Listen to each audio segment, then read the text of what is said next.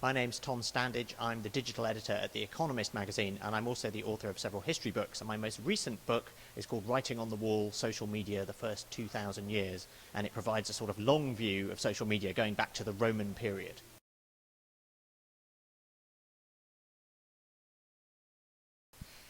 Ooh, that's a good one. But I think using social media generally, I think you need to be yourself and be honest.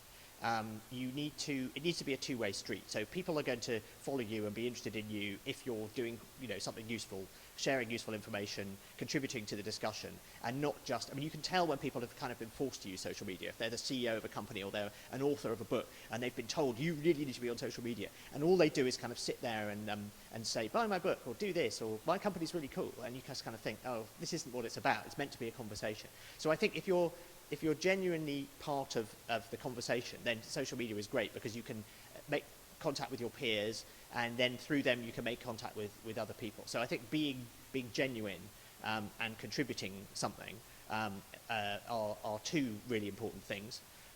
What else is there?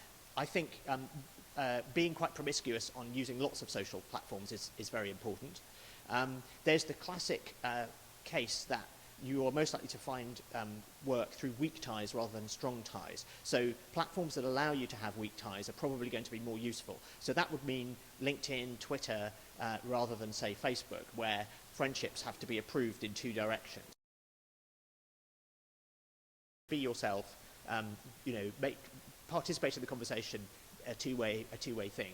And choose platforms carefully so that they allow weak ties, because weak ties are ultimately what you need lots of in order to make contacts and find work.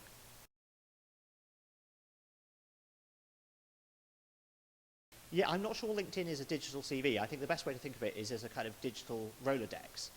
So you essentially, the way you play the game is you say yes to all contacts, and then you're likely to be connected to as many people as possible. And then if you need to sort of find someone, the chances are that you know them, or you know someone who knows them. So that's the kind of game people play, and it is more like a Rolodex than a CV.